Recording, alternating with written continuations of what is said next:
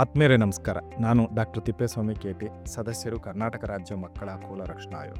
ಯಾವುದೇ ಗ್ರಾಮ ಪಂಚಾಯಿತಿ ಮಕ್ಕಳ ಹಕ್ಕುಗಳ ಗ್ರಾಮ ಸಭೆ ಮಾಡ್ತೀವಿ ಅನ್ನೋದಾದರೆ ನವೆಂಬರ್ ಮೊದಲ ವಾರದಲ್ಲೇ ಒಂದು ಪೂರ್ವ ಸಿದ್ಧತಾ ಸಭೆಯನ್ನು ಕರ್ಕೋಬೇಕು.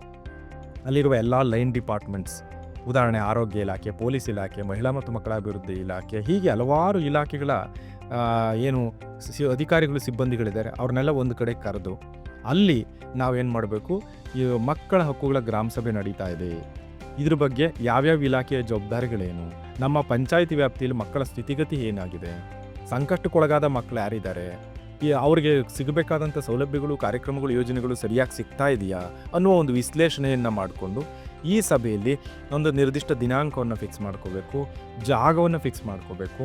ಅಲ್ಲಿ ಎಲ್ಲಿ ನಾವು ಮಕ್ಕಳ ಹಕ್ಕುಗಳ ಗ್ರಾಮ ಸಭೆಯನ್ನು ನಡೆಸ್ತೀವಿ ಅಂಥದ್ದಕ್ಕೆ ಮಕ್ಕಳ ಸ್ನೇಹಿ ವಾತಾವರಣವನ್ನು ಅಲ್ಲಿ ಸೃಷ್ಟಿ ಮಾಡಬೇಕು. ಮತ್ತು ಮಕ್ಕಳ ಗ್ರಾಮ ಸಭೆ ನಡೆಸಬೇಕಾದಕ್ಕೆ ಮುಂಚೆ ಏನೆಲ್ಲ ಪೂರ್ವ ಸಿದ್ಧತೆಗಳನ್ನು ಕೈಗೊಳ್ಳಬೇಕು ಆ ಎಲ್ಲ ಪೂರ್ವ ಸಿದ್ಧತೆಯನ್ನು ಚರ್ಚಿಸುವುದಕ್ಕಾಗಿ ಒಂದು ಸಭೆ ಕರಿಬೇಕು. ನಮ್ಮ ಗ್ರಾಮ ಪಂಚಾಯತಿಯಲ್ಲಿ ತಮಗೆ ಗೊತ್ತಿರೋ ಹಾಗೆ ಈ ರಾಜ್ಯದ ಎಲ್ಲ ಗ್ರಾಮ ಪಂಚಾಯತಿಯಲ್ಲಿ 2 ಕಮಿಟಿಗಳಿದ್ದಾವೆ. ಒಂದು ಮಹಿಳೆಯರು ಮತ್ತು ಮಕ್ಕಳ ರಕ್ಷಣಾ ಕಾವಲು ಸಮಿತಿ ಇದೆ, ಎರಡನೇದು ಶಿಕ್ಷಣ ಕಾರ್ಯಪಡೆ ಅಂತಿದೆ. ಈ ಎರಡರ ಸದಸ್ಯರು ಜೊತೆ ಸೇರಿಕೊಂಡು ಮಕ್ಕಳ ಹಕ್ಕುಗಳ ಗ್ರಾಮ ಸಭೆ ಪೂರ್ವ ಸಿದ್ಧತಾ ಸಭೆಯನ್ನು ಕರೆದು 7 ದಿನ, ಕನಿಷ್ಠ 7 ದಿನ ಮುಂಚಿತವಾಗಿ ಎಲ್ಲರಿಗೆ ಒಂದು ನೋಟಿಸ್ ಕೊಟ್ಟು ಇಂಥ ನಿರ್ದಿಷ್ಟ ಜಾಗದಲ್ಲಿ ಇಂಥ ಸಮಯಕ್ಕೆ ಮಕ್ಕಳ ಹಕ್ಕುಗಳ ಗ್ರಾಮ ಸಭೆ ನಡೆಯುತ್ತೆ ಅನ್ನುವಂಥ ವಿಚಾರವನ್ನು ಚರ್ಚೆ ಮಾಡಬೇಕು. 1ನೇ ಪಾಯಿಂಟ್. ಸೆಕೆಂಡ್ ಪಾಯಿಂಟ್, ಕಳೆದ ವರ್ಷ ಮಕ್ಕಳ ಹಕ್ಕುಗಳ ಗ್ರಾಮ ಸಭೆಯಲ್ಲಿ ನಡೆದ ನಡಾವಳಿಯನ್ನು ಅದಕ್ಕೊಂದು ಅನುಪಾಲನಾ ವರದಿಯನ್ನು ಸಿದ್ಧಪಡಿಸ್ಬೇಕು.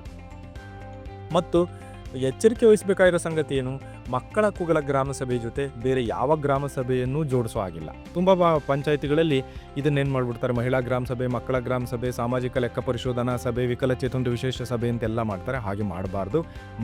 ನಿಯಮಾನುಸಾರ ಕಡ್ಡಾಯವಾಗಿ ಮಕ್ಕಳ ಗ್ರಾಮ ಸಭೆಯನ್ನು ಮಾತ್ರವೇ ಪ್ರತ್ಯೇಕವಾಗಿ ನಡೆಸಬೇಕು. ಇದು ಕಂಡೀಷನ್.